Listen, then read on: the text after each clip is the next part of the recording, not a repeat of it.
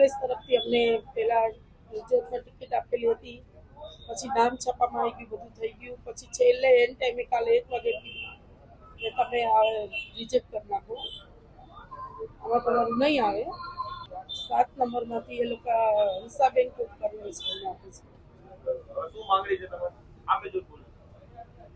અન્યાય ન થવો જોઈએ આવો. કોંગ્રેસ તરફથી અમને બહુ અન્યાય થયો. 30 વર્ષની જે મારા હસબન્ડની સેવા હતી ને, અને 50 વર્ષથી મારા સસરા હતા કોંગ્રેસમાં, એટલે આજીવન આ લોકોએ સેવા કરી છે, એનું કોઈ ફળ ના મળે અમને.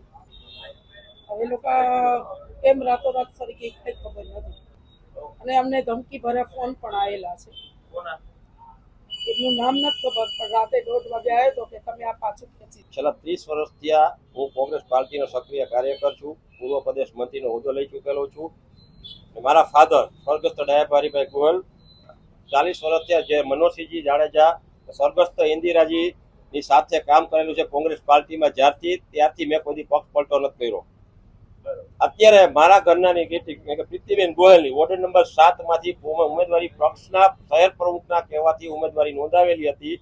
શહેર પ્રમુખે કીધું તમારું કન્ફર્મ છે, તમે પ્રચાર ચાલુ કરી દો. જ્યાં સુધી પ્રદેશની યાદીમાં નામ ન આવે ત્યાં સુધી મારે કેમ પ્રચાર ચાલુ કરો? પ્રદેશની યાદી ડિક્લેર થઈ જ નથી. પછી કાલે મને જાણવા મળ્યું કે ભાઈ તમારી જગ્યાએ બીજાનું મેન્ડેટ આપી દીધું છે. શનિવારે મને 3 વાગ્યા સુધી કે તમે કન્ફર્મ છો, તમારું કન્ફર્મ થઈ ગયું છે. ને ટીવી પેપરના માધ્યમથી મને જાણવા મળ્યું કે તમારું નામ યાદીમાં છે, તમે પ્રચાર ચાલુ કરો. પણ જ્યાં સુધી પ્રદેશની યાદી ન આવે ત્યાં સુધી મારે પ્રચાર ખોટો મારો કરવો, મારે શું કરવાનું? એટલે પછી આજે મને ખબર પડી કાલે કે મારા ઘરનાની ટિકિટ પ્રીતિબેન ગોયલની ટિકિટ કોંગ્રેસ પક્ષે કાપીને બીજા વોર્ડ નંબર 7 માંથી એક લેડીઝને ટિકિટ આપી છે. એટલે મારે આ રોષ છે. હવે અમારી કાંઈ માગણી નથી. હું પક્ષમાંથી રાજીનામું જ આપું છું. કોંગ્રેસ પક્ષમાંથી હું રાજીનામું જ આપું છું. નહીં, હું બીજા પક્ષમાં ભવિષ્ય મને કાંઈક અમારા ખૂનમાં જ 50-60 વર્ષ થયા કોંગ્રેસનો લોહી જ વહે છે.